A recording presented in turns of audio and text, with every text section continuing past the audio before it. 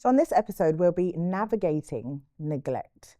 Neglect has a breadth of many areas that affect children and families. And it's only right that I have my multi-agency colleagues with me to talk about the impact that it has on each of their designated areas and how we can better safeguard, respond to risks and change the lives of children positively, especially in Wandsworth. So I'm joined today by a panel of many. So let me start with you. My name's Tim Hillier. I'm a Detective Inspector in the Met, and I'm in charge of the Safeguarding Hub for the southwest of London. Lovely. Hi, I'm Louise Jones. I'm Assistant Director for Practice and Principal Social Worker at Wandsworth Children's Social Care.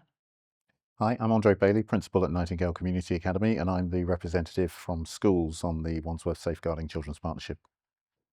Hi, and I'm Elizabeth Green, Children Missing Education Lead for the Borough.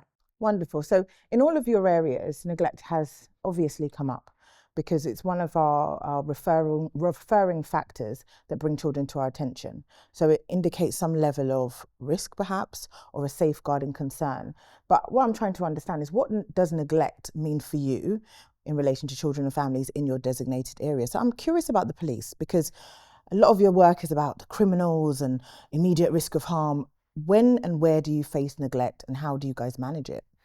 So I think neglect, as you mentioned in your sort of opening, it's really broad. Yeah. And you can be looking at a range of things from very low-level neglect all the way up to neglect that meets the criminal threshold. And there is specific offences that people can commit around neglect of children. Well, there is the offence of neglect, and it's so. I don't know if you want to know the ins and outs of the criminal case.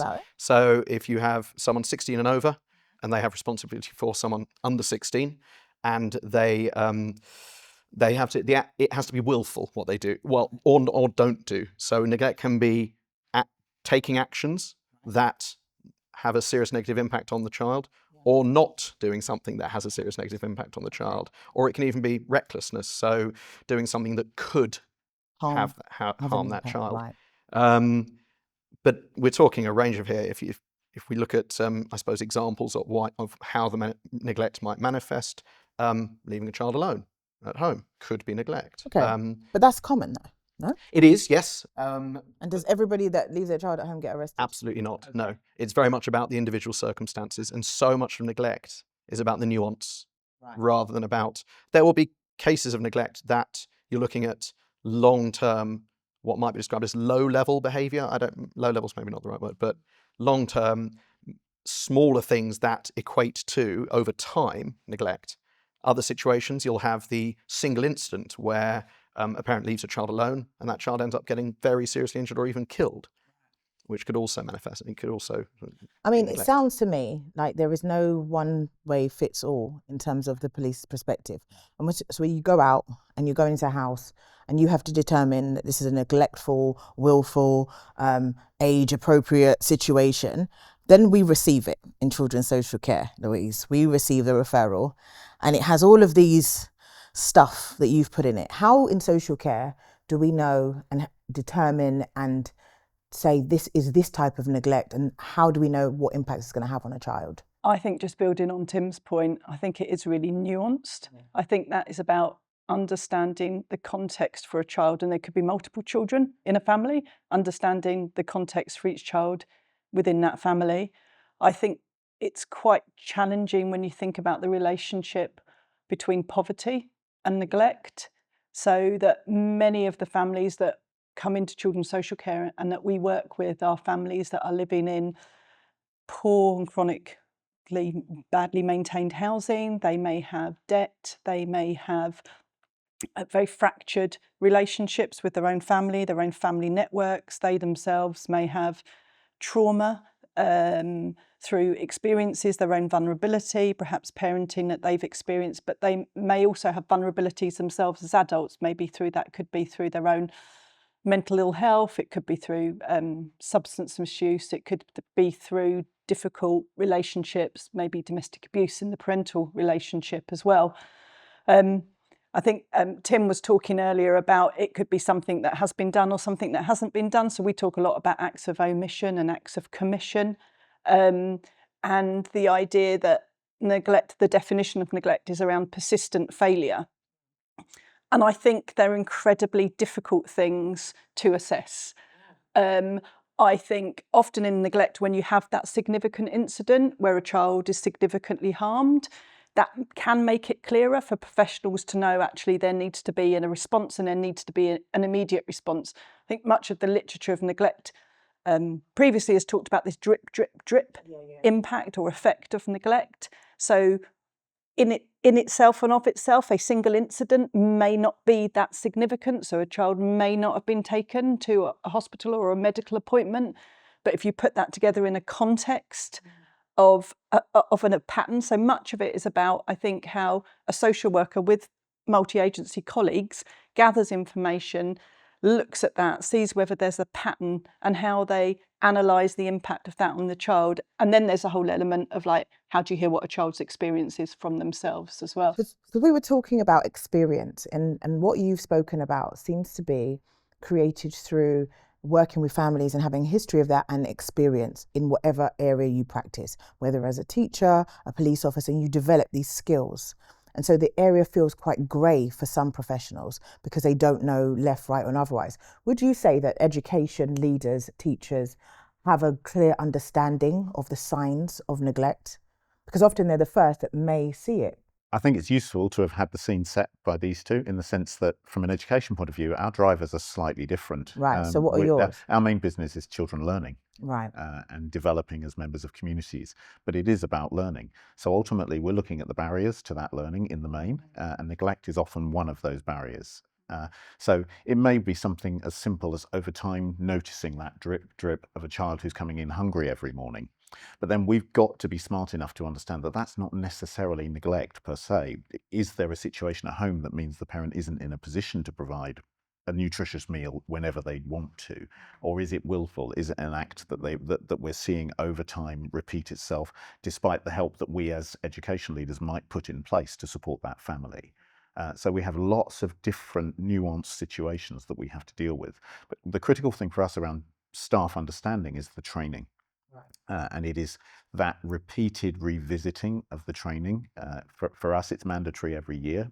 My own school, because of the nature of the children we work with, they are all vulnerable children. We do the training twice a year, and we revisit the same messages all the time, that you have to be curious about these things. You have to be asking the right questions all the time. And actually, if your spider sense, for want of a better word, if your spider sense tingles, be curious and follow it through, because it may be nothing. It may absolutely be nothing, but on the occasion when you don't do it, you can bet your bottom dollar that it's going to be something. So you deal with mainly, is it attendance, would you say? We deal with attendance and children that go missing from education for one reason or another. It could be as simple as the family have moved out of area and haven't necessarily notified the school. We would kind of class that as a child missing from education. So we deal with attendance, but we also deal with children where their whereabouts aren't known. So if I'm a parent and I've decided that my child who was experiencing bullying, for example, in school, was being emotionally harmed in school by the environment, and I didn't feel that my child was being supported or represented, and I took them out of school, their attendance is dropping, and you then become involved, would you deem that as neglect? There is an element of educational neglect, and again, what other colleagues have said, it's around persistent absences, persistently not ensuring that your child is in receipt of a suitable education. So in some respects, what we'd like to do is work with parents, work with children and families to make sure that they are accessing a suitable education. And so I'm saying as a parent that I'm being proactive because I'm preventing my child from harm, because their self-esteem is becoming lowered and they may be, exhibiting more behavioural challenges because of it. But then you're saying, education is paramount. There seems to be a lot of conflicting or priorities that are different when we're thinking about neglect. How do we, on balance, make the priority of one agency, as you said, yours is education, yours is criminality, and ours is safeguarding and making sure they're safe? How do we align as a multi-agency network to work out what is at the top of this list?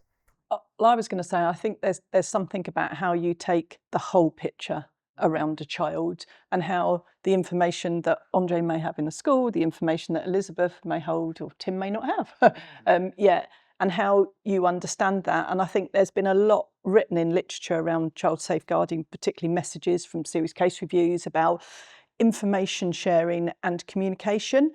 And I think some of that might be one professional. So I might say to Elizabeth, how do you perceive the meaning of that piece of information for the significance for the child in your role? Because I may see that piece of information as something quite different. I might think, well, that parent's been protective, actually, and that parent is acting to do that. Elizabeth might say, well, actually, I've had 5 conversations with this parent and we've been trying to do some planning to find an alternative school placement, and actually this parent isn't responding to that. So I think it's about the context, not just sharing the information, but it's about the relationships between the professionals, which are quite critical too. And in your areas, what would you say is the most common signs of neglect? With, I suppose, what we come across most, missing can be an example of a child going missing, but again, you know, as we say, this is all nuanced, and it might relate to how, you know, the age of the child. Yeah, because I'm 16 and I want to see my friends. Yeah, absolutely. I mean, the question then is, why are you being reported missing to police in the first place? I mean, what's the background of that? You know, why does someone feel the need to tell the police about that? I mean, and, you know, has it happened before, or is there a sort of pattern appearing? Certainly, if we have cause to go into people's homes, one of the key potential indicators of neglect is the cleanliness of the home. And I'm not talking you know, it hasn't been tidied up. Yeah. I'm talking, I mean... Because life gets busy. It does, absolutely. And I remember when I first started practicing, well, actually, pre-child, I did have a different lens. I used to go into a family house and say, oh, they've got dishes in the sink. Mm-hmm. Like, oh... Yeah. Now my sink is forever with a dish. One person's filthy can be another person's pristine. So again, and that goes down to the understanding each other's perceptions when information sharing. But and again, something we mentioned before, it's almost a bit like a bell curve. You'll have a few cases at each end of the spectrum that are just obvious, either obviously not neglect or obviously neglect. Everything else in the middle, it's grey and it's uncertain, and so the essential element of a multi-agency approach of taking everyone's understanding and knowledge, bringing them together and having that conversation, sometimes that might involve some disagreement in terms of, you know, what should or shouldn't be considered. It's so important to have that to ensure that we can come to usually a shared conclusion at the end. That's often difficult, because I remember when I worked in the MASH team and, you know, concerns are relayed on a police report, and often it's very factual, and for me it often lacked the context, the circumstances, the understanding of the family, their history, all the things that help us to make decisions. And you would, for example, put a rating of red, this is a worry, you need to go out right now. And for us, we're like, well, actually we could do this and we could do that, and we might brag it a green, for example, which is not so concerning. How do you manage when agencies have such stark opposition to your outcomes? It's interesting you mentioned that. I think police officers are often at a bit of, they're sort of battling themselves, because in one way they're being told, write it as fact, only what you know. But then we're also asking them, well, how did you feel about it? Well, you know, we want both. Yes, much more so recently, but we want objective and subjective, which can be rather difficult to provide. But it's, I think as long as we are trying to provide as much information as possible, and the benefits of things like body-worn video camera now, so we're not just relying on an officer's ability to, I don't know, tell a picture with words, but we can actually show you the pictures, and that the impact of that can be absolutely immense. I think those challenges exist in every part of the partnership. So we would always argue as the education people that they're with us 6 hours a day. You know them best. Absolutely. Yeah. We know the families really, really well. We know the children really, really well. And we will take that information and we will try and push it into social care, for example. And we've got really good relationships in social care because we're working with social workers, sometimes embedded in our schools. But their protocols for managing and organising it are set in a certain way, because that's how we look after those families. So we won't necessarily understand that because it's not our world. And we will say, this is outrageous, or as the police do, this is red. And your response to it will be absolutely different, despite the fact that we think we know best, because we have all of that rich information over time about individual families and children. And how do you support those that think they know best? Well, I suppose it was something that Andre said earlier.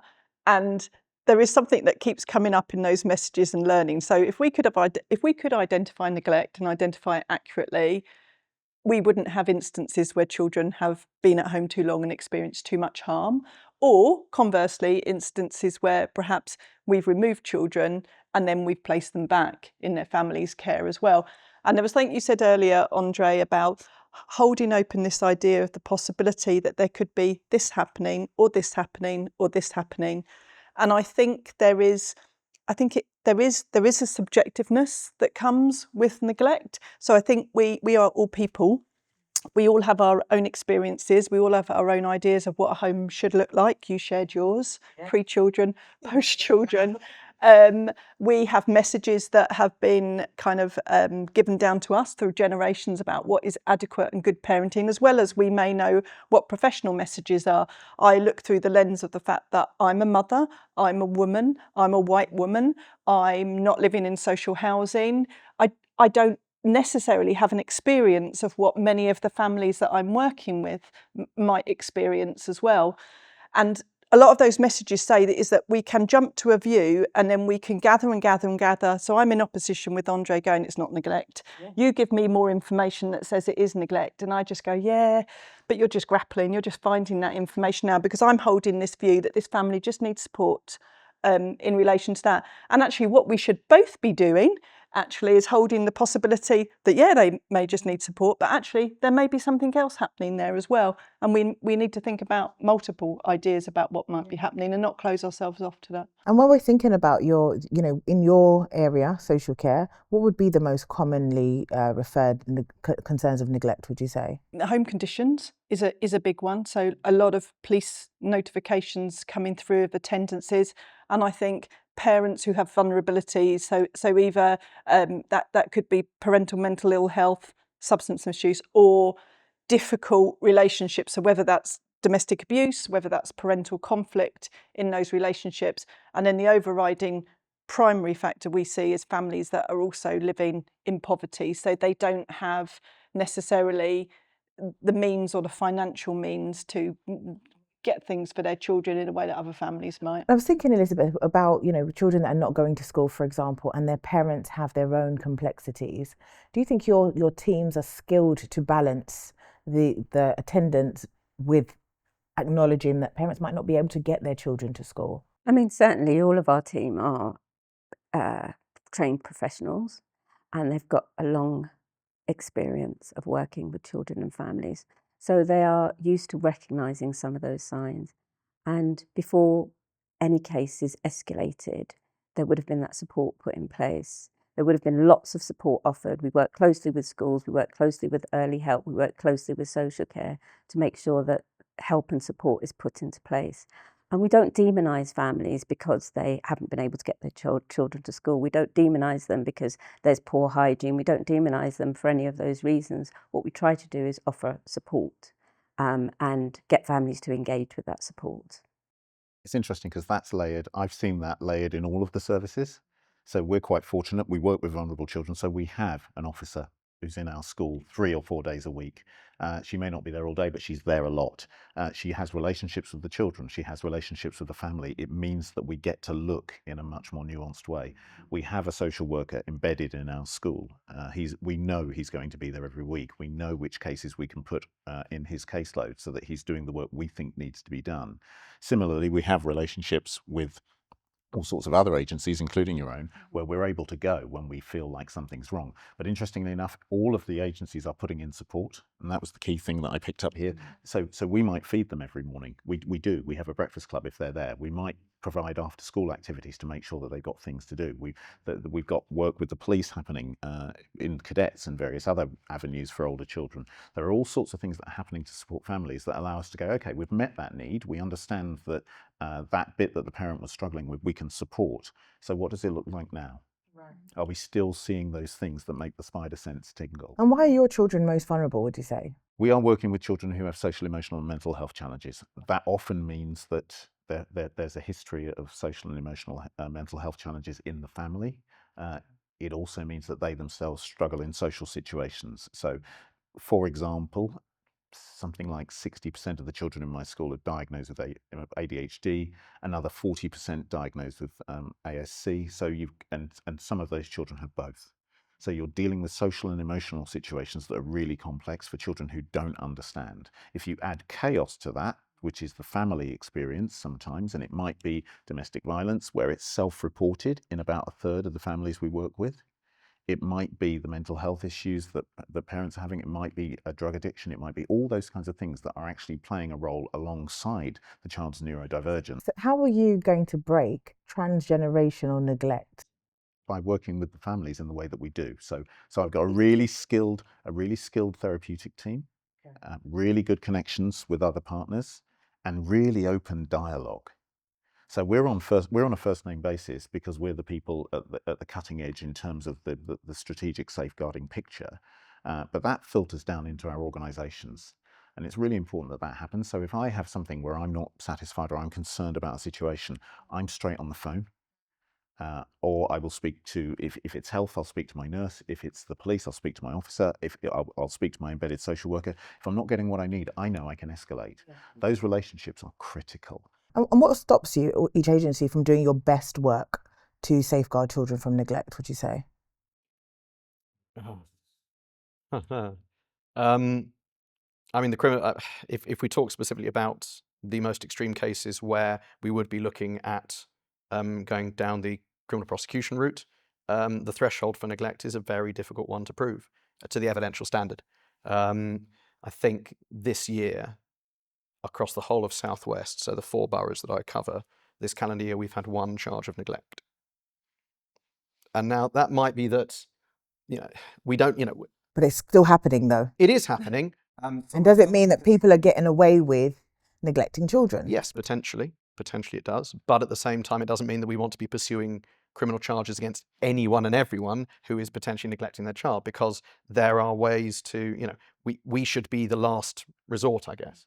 I think that's, and I mean, and when we're talking about long-term, alongside evidence of multiple efforts to support the family, the child, that sort of, and again, it's that willful element. It's that ongoing willful rejection of support that means there's really no other route to go down. But wherever we can, whenever we can, we will work with our partners to try to do what is absolutely best for that child and for the family unit as a whole. I think it's certainly in my experience, it's been rare to find situations where that willfulness isn't undermined by help and support. That notion that I'm finding it difficult, I'm not coping, those things are happening to me, therefore my child isn't getting what they need. When the support comes in, invariably people take that support. And I think you're absolutely right when you say that if somebody's actively rejecting that support. But what happens when people don't want service? They're private. People have a right to a private life. And people often don't want services involved in them. And that in itself... Not at the expense of their child. Oh, you don't find that? Not at the expense of their child. It's not that we don't find it. I'm sure it happens. What I'm saying is we can't accept it. So they don't get to be private. Yeah. So privacy by all means, but then your child arrives and isn't falling asleep because they haven't had any sleep for 4 days. Your child is relatively well kept. If we've provided clothing to support you and your family for school uniform, then your child wears that uniform and it's well maintained. Because I have no qualms with providing families with what they need. But it's for that child. And if I'm not seeing the improvement that one might expect, then I'm going to ask questions about that. And I'm going to pass that information to colleagues. And I guess that's the analytical bit that we were talking about earlier, is that, and Elizabeth, you talked about the importance of support, and you, Andre, I think relationships are critical. So the relationships that we have with each other, but also the relationships that we all form with families, or our practitioners form with families as well, are really, really important. So families feel understood. I think there's something you're saying is about, there are sometimes people who willfully neglect and harm children who actually aren't interested in making relationships. And I would say that is thankfully very, very rare that we experience that. And sometimes we do have to intervene in those ways. But the majority of the time, it's about getting the right help and support alongside a family and then triangulating that with what actually is improving now. Because I think sometimes social workers, particularly families that are hugely chaotic, so even getting their children to school would be one thing. They've got maybe multiple children in the household, maybe a single parent household. And social workers can get very caught up into there's not enough food on the table, they can't pay the bill, the rent's overdue, a child's facing exclusion from school, basic things like they need a mobile phone or they can't get on a bus with multiple children. So a lot of those kind of very practical obstacles that I think we can help with, but that shouldn't come at the expense of then thinking, actually, what is that improving day to day for these children's lives? Because there will come a point where we have to step out of a family's life. I was thinking you were saying that, you can afford, whether it be good management of your education budget, to purchase things for families. And winding back from being a social worker, it was really difficult for me to get money to buy things for my families. And I wonder whether that in itself prevents or slows down us helping families to recover from neglect. Do we need to improve our funding, our resources, our availability of Section 17 money for children and families to give them the more practical things that enable them to go to school and get the clothes that they need? I think I going back to what you previously said, the multi-agency network is really important, and having a really strong multi-agency network is key in all of that. Where there is a particular agency that a family perhaps isn't engaging with, it might be that they're not engaging with social care, but it might be that they do engage with the school. We're able to go in there as a school or as an education welfare service and support that parent to build those relationships, to build those networks, and to be able to ask for those things that they need. So to be able to ask for those things that can help get the child to school, to be able to look at areas where there's funding gaps, and perhaps we can fill those funding gaps. We can look at charities, we can look at support within our own budgets to help those children and families. So I think the strength of the multi-agency network is really, really crucial. I'll give you a concrete in all of that. example. A family in housing, lots of mould, their mattresses were soaking wet, the child wasn't getting any sleep, neither was the mother. They were absolutely frazzled. And so he stopped coming to school. And it wasn't until we started asking questions we realised what the situation was. So mum opened up to the therapist at school, who then spoke to me. I spoke to social care. We bought new mattresses. We organised people to go in and deal with the actual issue. The child starts getting sleep, so we're seeing improvement in school. Mum's anxiety comes down, and suddenly something that looks like neglect is handled. I mean, I would say we do use Section 17 funds to support families. I think it's about how you, as a social work practitioner, how you argue and evidence that. But I also think your question, it really is about wider structural inequalities in society. I wouldn't want anyone living in home conditions that I wouldn't want to live in and wouldn't want my children to live in. But many families do, day in, day out. And I think there's a great deal of sympathy for families that live in those circumstances as well. Definitely, because there is overcrowding that always happens. And there's things that, again, the powerlessness of sometimes children's social care, you can't change that, and there's no housing stock, and there's waiting lists of 15 years and things like that. So it's about being realistic also. And I was wondering about early intervention. How successful do you think early intervention is in recognising neglect and being able to make that early change? I think it probably can be very successful. I think, I suppose from a policing point of view, prevention is by far the best way to reduce crime rates. It's not locking people up. It's preventing the crime before it happens.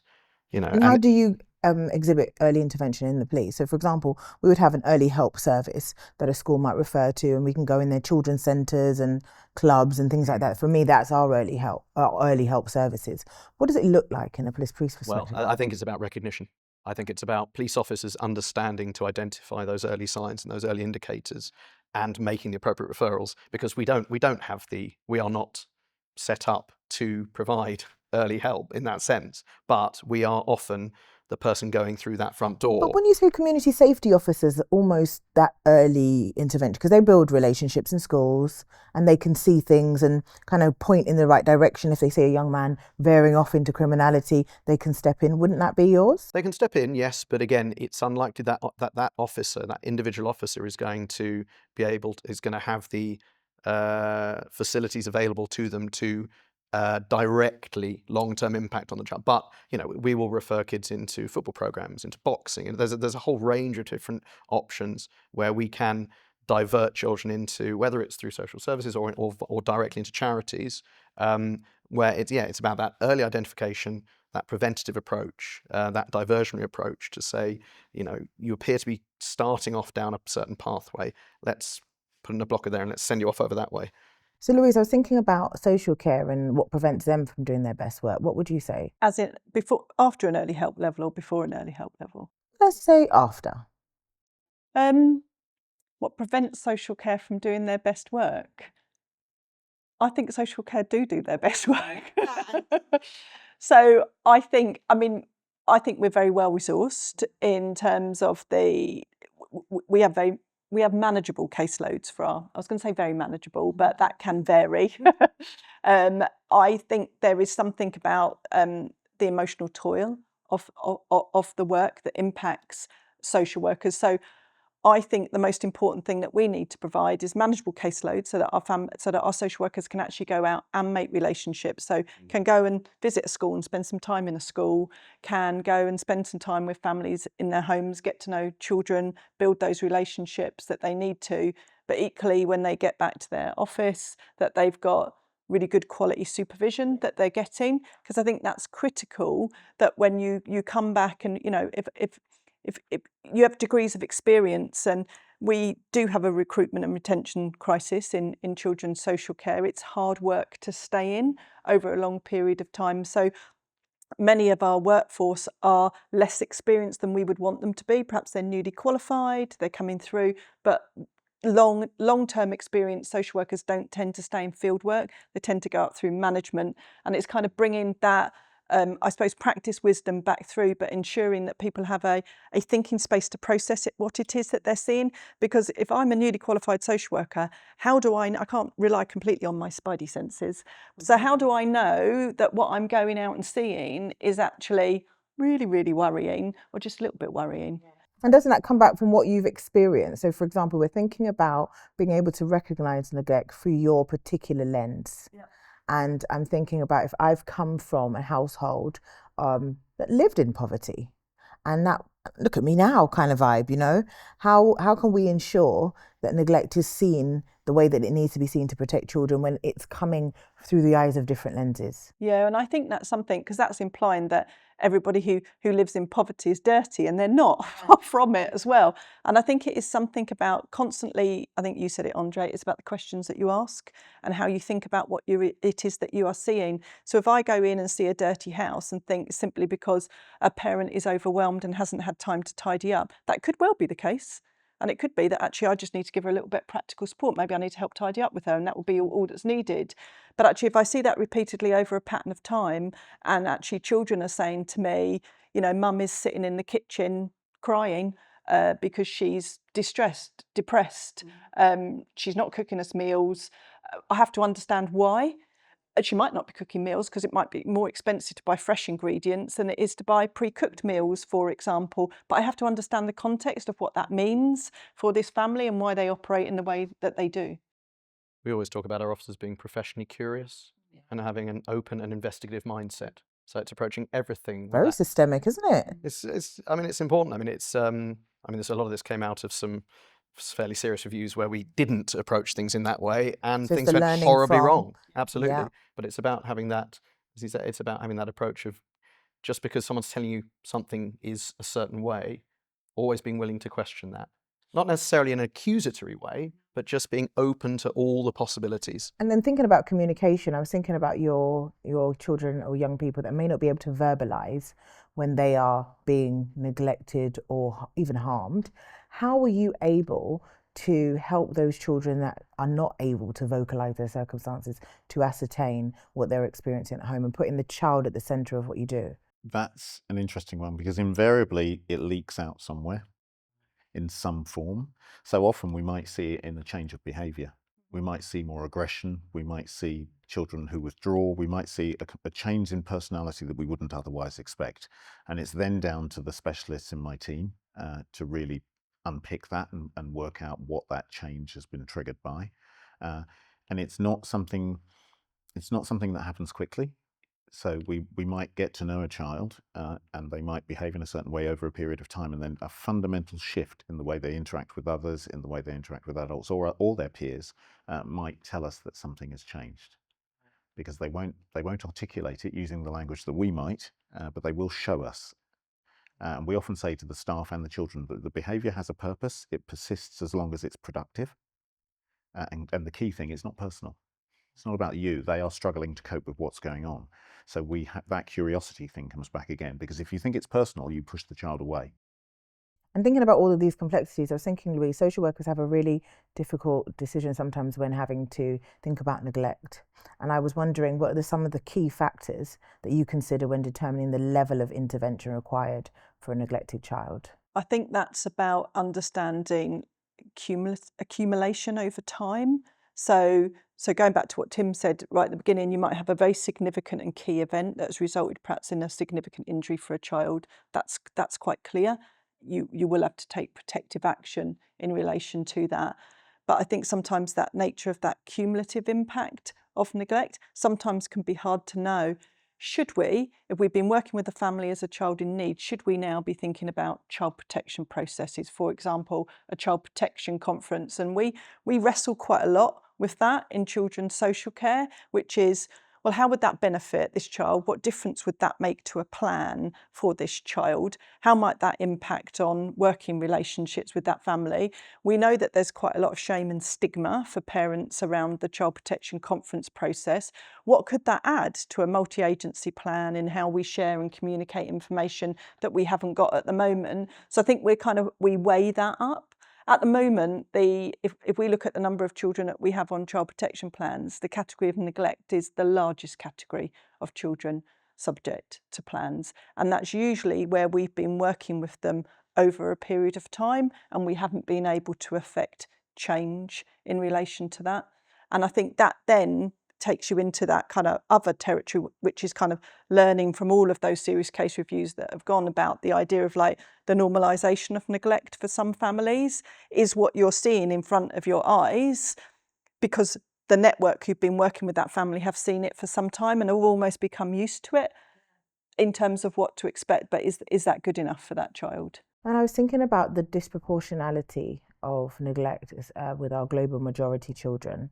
And we are, more or less looking at anti-racist practice and changing the way that we deal with those families. Can you unpick that in your agencies? I mean, I can start by saying that in terms of children that are referred in to children's social care, if you are Black or global majority, you are much more likely to be referred into our service to start with. And then you are much more likely to be subjected to, or family is, to a child and family assessment and social work intervention. So I think there is something about holding a mirror up to ourselves and saying, why is that the case? Because actually that is not proportionate to the community and the population that we are serving in Wandsworth. So what are the beliefs that we hold?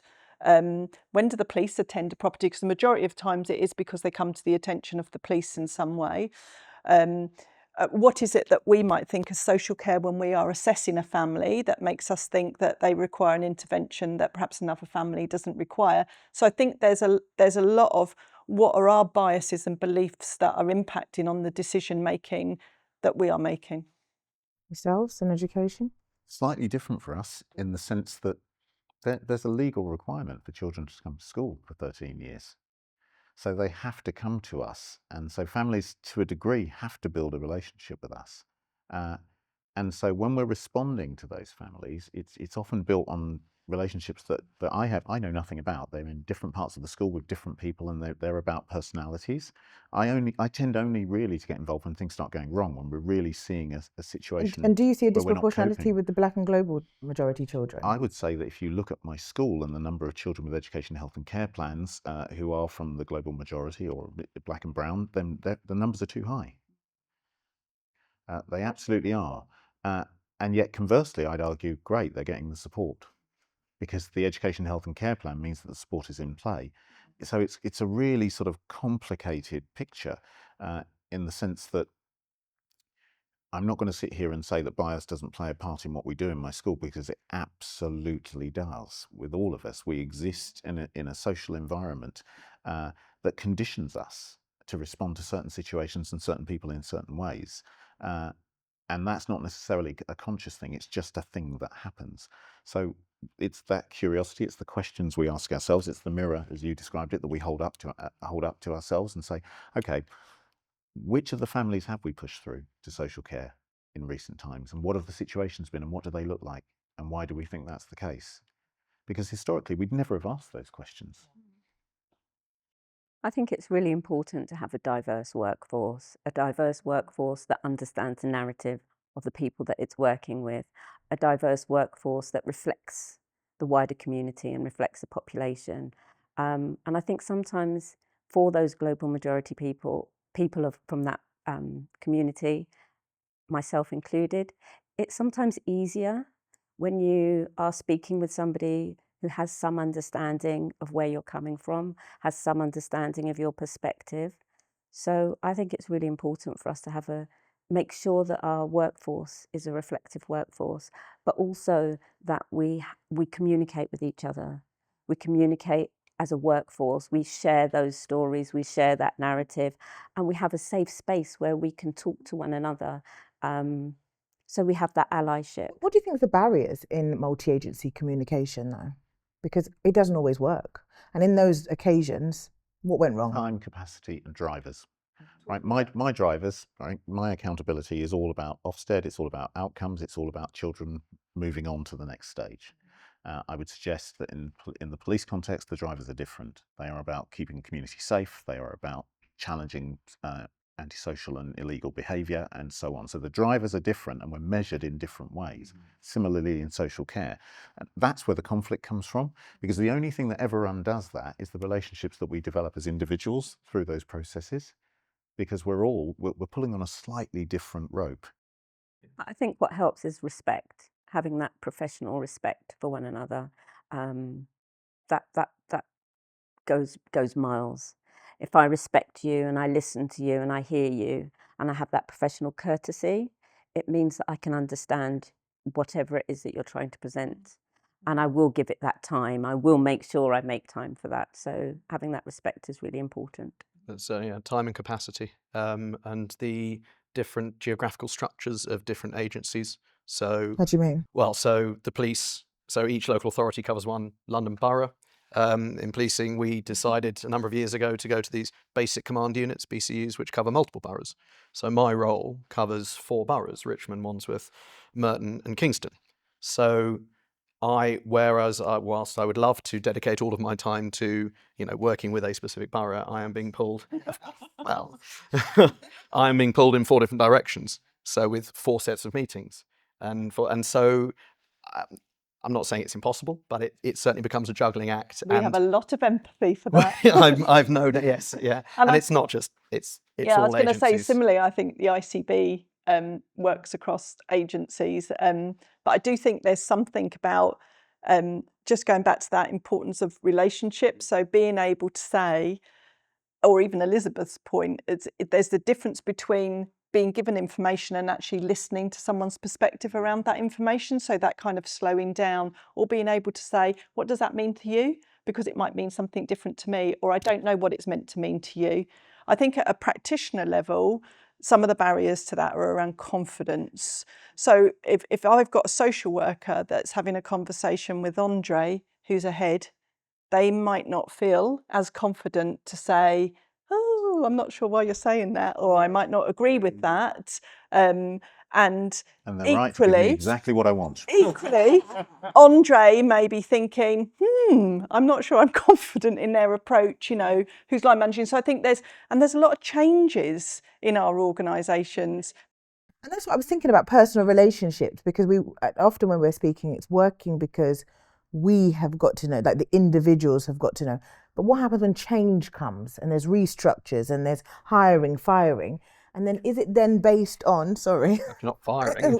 not firing, but is it based on, that individual relationship? And why is it just not services? Because you're relying on these relationships with individuals. I come back to those drivers. What's driving us as individuals? The services have slightly differing priorities, and so we work to those priorities because that's how we're held to account. And so the only way to understand that, and Louise gives a great example in the sense that I can recall coming to you and saying, no, I don't agree with this, this seems odd, and Louise, we're doing it because of this. And because of our relationship, I'll go, all right, yeah, we'll give that the time it needs. And it may or may not work. Are you saying then if you didn't have a relationship with Louise, you wouldn't give it the time it needs? We wouldn't know. We wouldn't necessarily know. Oh, that's great, isn't it? That's the issue, and that's why the partnership's so important. That's what, for me, we often talk about this notion that education's the sort of poor relation in this situation, but actually there's an element of truth in that, and it's more difficult because we're not ensconced in the middle of this conversation whenever it's happening. And Wandsworth has been absolutely fantastic in this sense because for the 6 or 7 years that I've been representing schools, I've been at the centre of every conversation. My word's been just as important as everybody else in the room. That's not always the case. And also that creates a situation for me where I have access to information and people that other school leaders don't necessarily have. So when you come down into schools and the people who are at the chalk face, they're nowhere near that kind of information. So it becomes even more challenging to understand the rationale when social care might be saying we're doing this because we're trying to put this family back together, rebuild this family from scratch. It means we're going to have to tactically ignore some of this stuff until we know whether what we're doing is working or not. That's really hard to see as a school because what you see is the kid coming in looking a bit dishevelled or tired or whatever. 3 months down the line after the work, you may see something entirely different as a direct result of that work. So that communication and conversation is absolutely critical. And trust, having that trust at every level, whether it's a practitioner level all the way up to exec level, trusting each other and being able to have those difficult conversations, sometimes disagreeing with each other, but having the trust that we are all, although we might have slightly different drivers in terms of, depending on which, whether it's Ofsted or HMIC or the CQC, whoever's judging us, I suppose, we put the child at the centre. And that's what it boils down to. Whatever we're trying to do it the best for that child. And so we trust each other to do that. And I was going to say there's something about, when you do any of our roles, we are here to make a difference for children. And we are leaders in a service, and our responsibility is to set that tone and that culture to be able to do that. So that, if I had to have a conversation with Tim and say, why did your officers do this? And you said, well, let me go away and find out, and came back and go, this was what was driving them. And I listened to that. I've got a context for that, purely for me going, the police are a bit rubbish or getting cross with that. Equally, conversely, what are social care doing in relation to something as well? So I think there's about the importance of being able to synthesize that information and then go, actually, how could we improve or be better through that? And I think my final question to close is, how are you, as an individual and an organisation, going to change neglect in Wandsworth? I think a lot from a policing point of view, it's about continuing to educate our frontline officers, support them, empower them almost to feel confident to, when they have a concern, not worry that they need to brush it aside or not worry that, but whenever they, even if it's what they might deem as something small, have the confidence to say, it's going back to Spidey sense. It is, I refer to that a lot of my own. It's that gut feeling. It's that, and yes, of course, we should be basing a lot of what we do on the information available to us, but sometimes there is just that feeling that you can't necessarily entirely put into words that just says there's something not quite right here. Well, I'm going to continue to support my teams. I'm all for. I like the fact that we, as a multi-agency group, feel comfortable to look for how we can do things better. Yeah. It's about just trying to do things better, incrementally or with a big leap, either way. But it's about always looking at ourselves and our partners, using the mirror as well. But to say, did we do this as best as we possibly could? Did we do it for the right reasons? Can we do better next time? Oh, I mean, exactly. That's the culture I think that Tim has spoken to. If you've got that sort of culture across your multi-agency workforce, you're pretty much along the right path. I think there's something in social care about practitioners who are intelligent and smart and can think. So, it can be about providing support, but it's about being analytical about what you're seeing. And I think high quality supervision is key to that. I'm not a believer really that there's a magic tool out there that's going to somehow, if we train everyone in that, it's going to fix that, because I think it's about all of the things that happen in the spaces in between that inform your thinking. But for me, that is, we can keep having those conversations, keep learning from when things perhaps don't go in the way that we would want it to go. We're on the right path. What are you doing? What am I doing? As an individual to impact change in neglect for children in Wandsworth? Well, I suppose I sit at the face where we have got a child safeguarding practice review at the moment, which is specifically looking at the kind of a child who has been neglected and what we can learn from that. I'm working with you, Cam, around a neglect conference that we're having. I know that you are working on a neglect sort of strategy as well, and that we are working really hard in social care to keep that learning loop going. So keep saying, this is happening up here that might be really strategic, and a social worker might never know about a child safeguarding practice review, but actually you don't need to read 50 pages. You just need to know these are the 3 key messages, but then how are we applying those in our practice that we're doing every day? Lovely. Over to you. I had a great experience with the police force. You were there. We went and looked at some body-worn footage, and this was the police saying, yeah, we're getting this wrong. We don't know what to do. Partners, come and have a look. Tell us what you think. And without going into too much detail, there was a child who was physically restrained and was spitting at people. And I remember saying, why didn't you just stand behind her? Because with the best will in the world, she's not going to be able to spit on you if you're stood behind her. She's already been restrained. She's not going anywhere. And that solves the problem for you without having to intervene further and escalate the situation further. It wasn't something that people necessarily think about, but it's my day-to-day experience in a school. Without the police willingness to be open and honest about things that they weren't quite sure about, we would never have had that conversation. And we've talked about relationships, we've talked about openness, we've talked about a culture. And actually, that for me epitomizes the kind of culture that you need. You need to be able to say, actually, as a school, we're not going to get it right all the time. Neither is social care, neither is your service, neither is the police force. We're not going to get it right all the time, but we have to be open and honest enough about where we're getting it wrong and what we can learn from that. And so for me, I think that's probably the thing that I've picked up most from the work I've done in this local authority, is that there's a willingness amongst the group now to really look at ourselves and hold up that mirror and say, okay, we're getting it wrong. We know we're going to get it wrong every now and then. How are we learning and learning quickly so that fewer children are harmed in this way? So for me, the thing I would do personally is just to involve myself more in that. Yeah. And to encourage others to do the same. And use your expertise to save situations. Love that. And then finally you. I think multi-agency training jointly is really important, because that learning from each other is shared, and it grows, and it continues to grow. The more that we talk, the more that we communicate, the more that we train, the more that we hear each other, that grows. For me personally, I think it would be just maintaining that professional curiosity and challenging everybody around me to have that professional curiosity, remain open, think attendance, think about what's going on for that child, think about what's happening when they're not in school, when they're missing, be curious. So that would be what I would do, continue to challenge everybody to have that professional curiosity. I think we've had a lot of lessons that multi-agency workings positively is working in Wandsworth, and we hopefully could continue to model this open, respectful communication, speak to each other, learn from each other, grow, and hopefully have that positive impact of helping children who may be exposed to neglect in Wandsworth. So thank you for having this conversation with me. It's been great. So thank you.